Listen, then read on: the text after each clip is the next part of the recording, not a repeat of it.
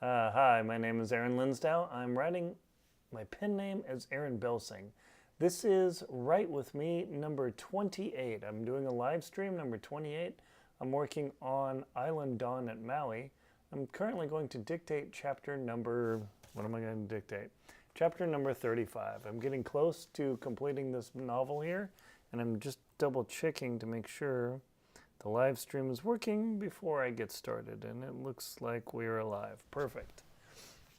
Good, so I dictate my novels. You can see with my headset here.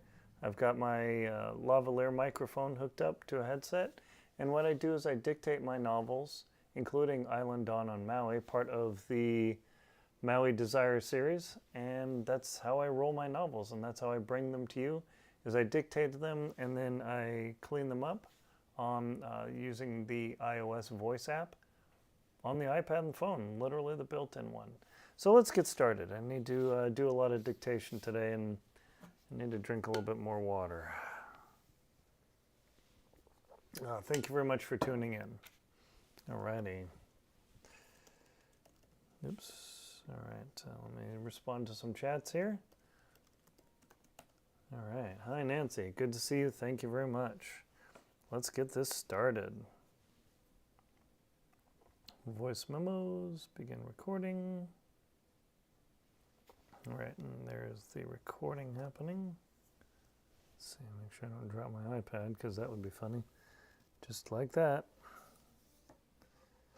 Okay.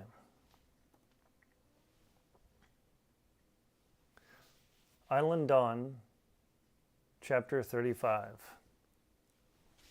Mara watched as Dean's truck disappeared along the road as he left the house after she felt betrayed and asked him to leave for a little bit because she had no place to go. She sat in the house, creaking on the wooden chair on the plank wooden floor, the sounds echoing in the mostly empty house. She stood up, walked to the granite countertop, and then rested her forehead against the old golden oak wood cabinets. She sighed, breathing in, breathing out. She could hear the raspiness in her breath after being so upset that Dean, she felt, had betrayed her.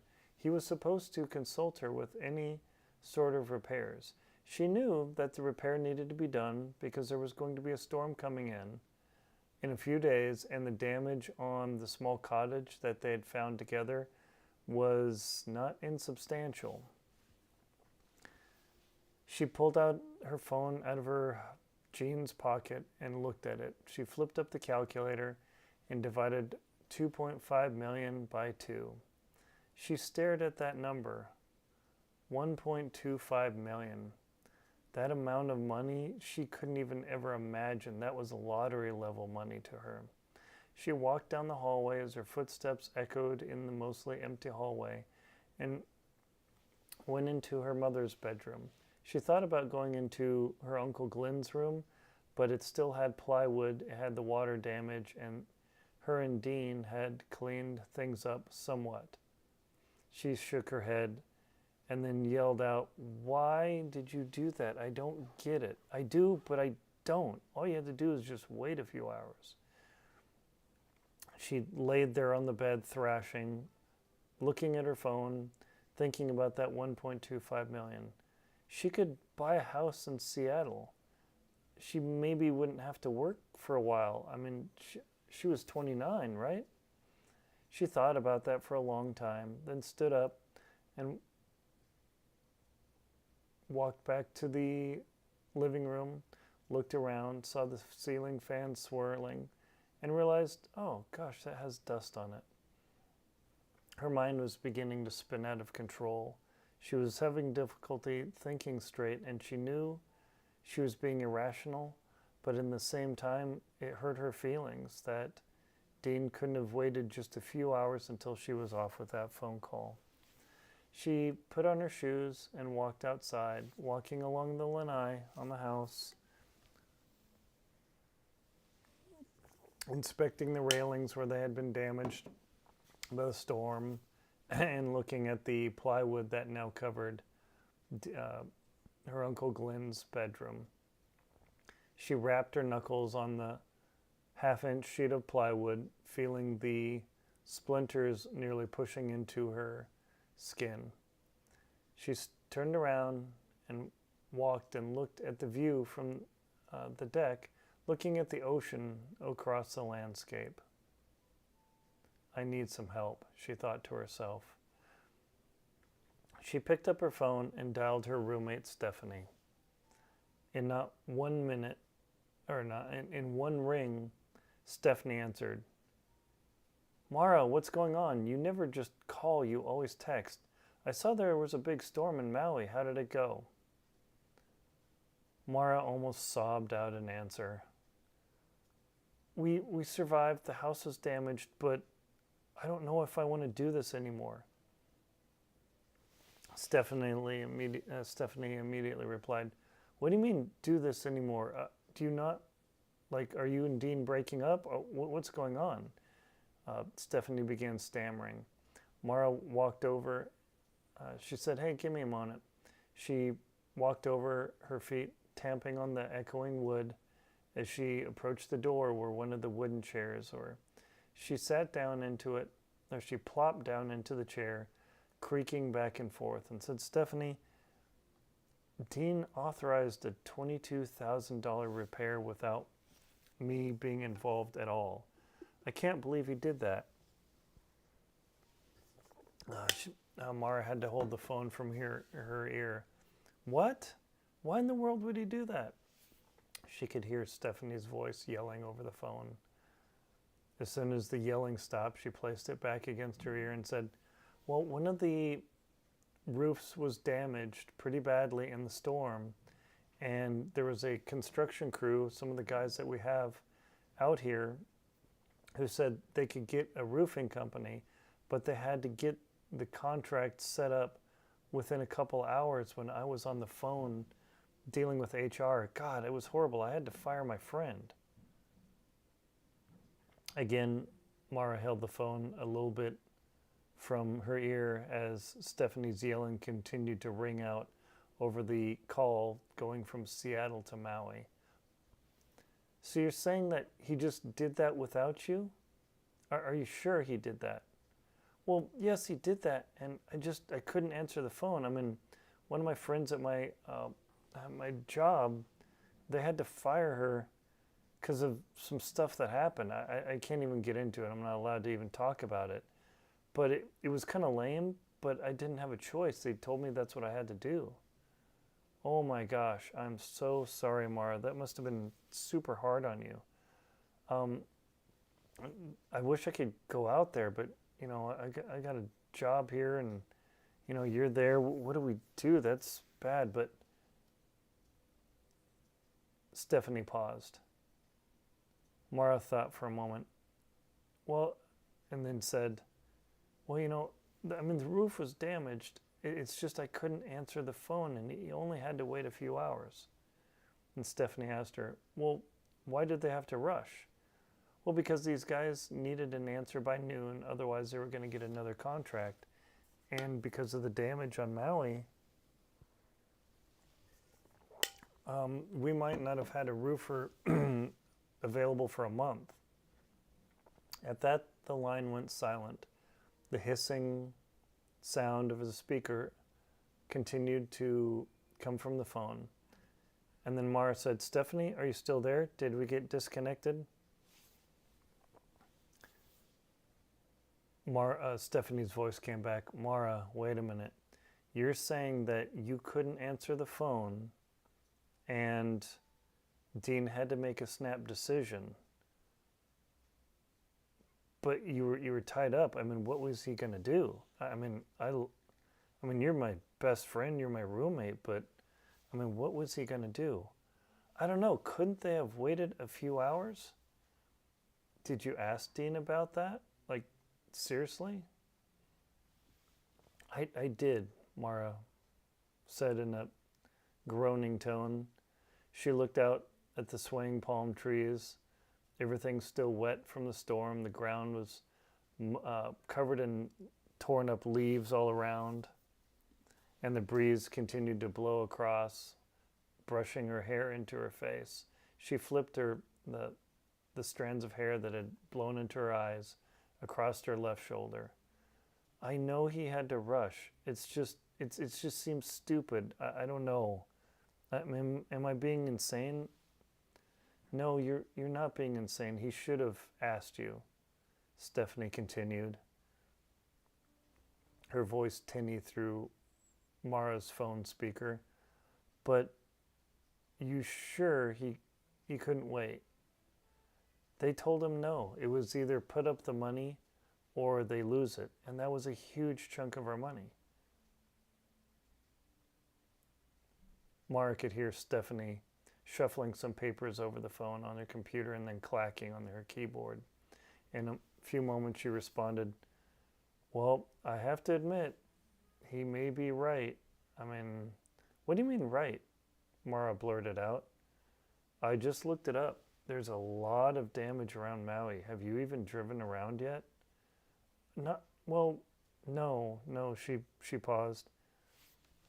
Like, there's news reports all over the place of the storm damage, and they show a bunch of roofs torn off.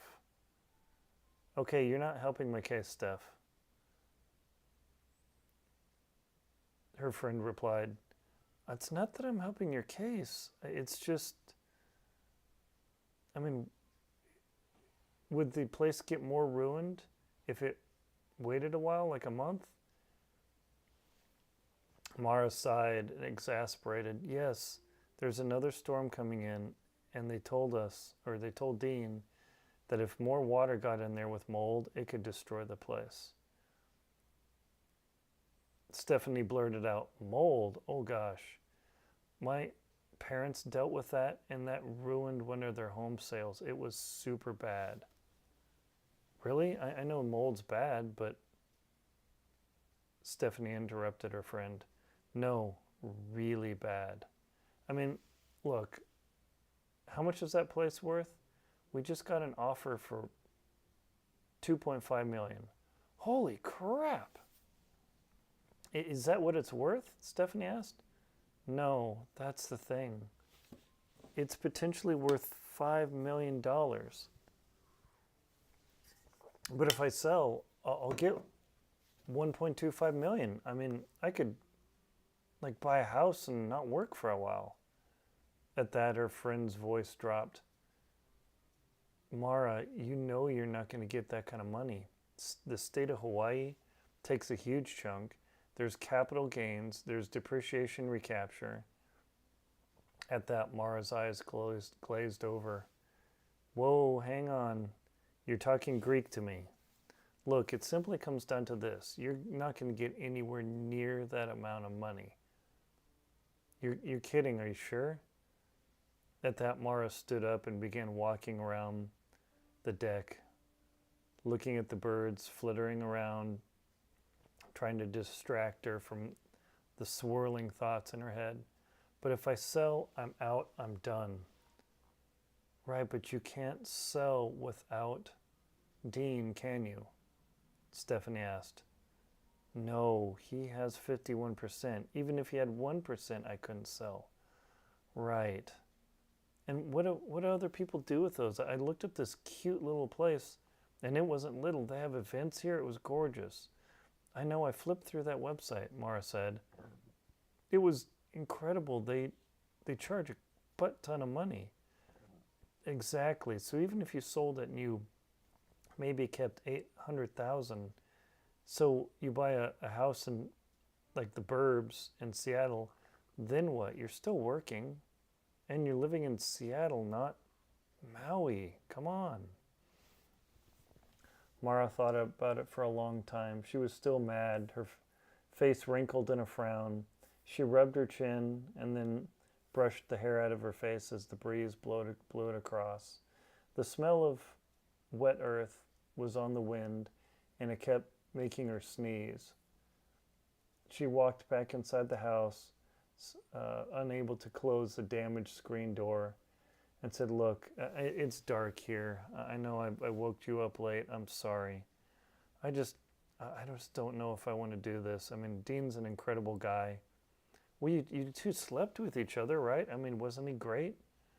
Yeah, he was great, but I mean, that doesn't make the world a difference, or maybe it does. I don't know, Steph. Well, here's the thing, Mara. We're both 29, and, we got a lot of years ahead of us. And not that, hey, he's the only guy to come along, but he's the only guy with a property in Maui that you've ever met. I mean, Trevor was incredible. Don't get me wrong. That was crazy tragic, but since then, how many guys have you met?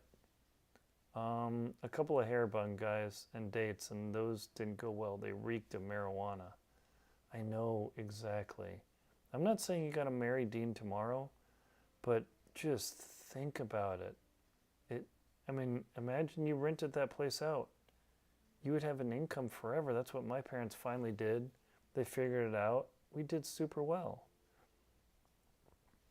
Mara could hear Stephanie clacking on the keyboard. What are you doing? Endless work at freaking midnight. I hate this job. Oh gosh. Okay, Steph, I better let you go. Mara sighed, not sure what she wanted to do. I don't know if I want to do this. She walked into the house after she kicked off her shoes, went into the bedroom and absent-mindedly opened her bag and stuffed a few shirts in it. Mara stumbled. Steph said, look, don't make any rash decisions. I can hear you messing around with your luggage. Just go to sleep and we'll talk in the morning, okay? All right, Mara said. I'm scared. I know. It's hard, Stephanie replied. Yeah, let's just talk in the morning. Don't do anything rash. Don't take this wrong, but I know you are going to pack a bag and take off, aren't you? Mara was literally holding one of her shirts above the luggage, ready to drop it in. She didn't say anything. Stephanie continued, I can hear you messing with your clothes. Just set them down and go to bed. Okay, sis? I will talk to you in the morning. Okay. She clicked off. Mara looked at her luggage, her suitcase, spread across the bag with her clothes thrown up in a pile. She flopped down in the bed and curled up against her jacket and thought she would stay up thinking, but then, with the breeze blowing outside and the house creaking, that lulled her to sleep in minutes.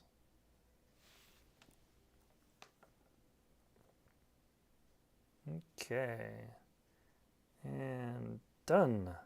Perfect. That was chapter 35, the big break. Let's see. So let's see, how long was that? 1 moment. Let's see how many words that was. This is always the fun part. Chapter 35, transcript. Yeah, it's super cool. You just literally copy the transcript off the iPad and put it into Scrivener and we'll see what it's worth. 1 moment, stay tuned. Okay, house creaking, lulled her to sleep. Okay, got the whole thing. Scrivener, chapter 35. Booyah! Okay, I'm going to get OBS up here. That was 2,268 words, unedited, of course. But there you go. That is chapter 35 of Island Dawn on Maui, where I continue the saga of Mara and Dean as they have an unexpected inheritance of an entire plantation in Maui. This is part of my Maui Desire Series. You can see the poster there. And I've got three other books in the series besides this one. Please check out links below in the description to aaronbelsing.com. And also, please check out aaronrlinsdau.com, where I write thrillers, international travel thrillers, and also nonfiction works. Thank you very much for watching. I appreciate your support. You always stopping by. Please like, comment, and subscribe on the video, and I'll see you next time in the next Write With Me session. Goodbye.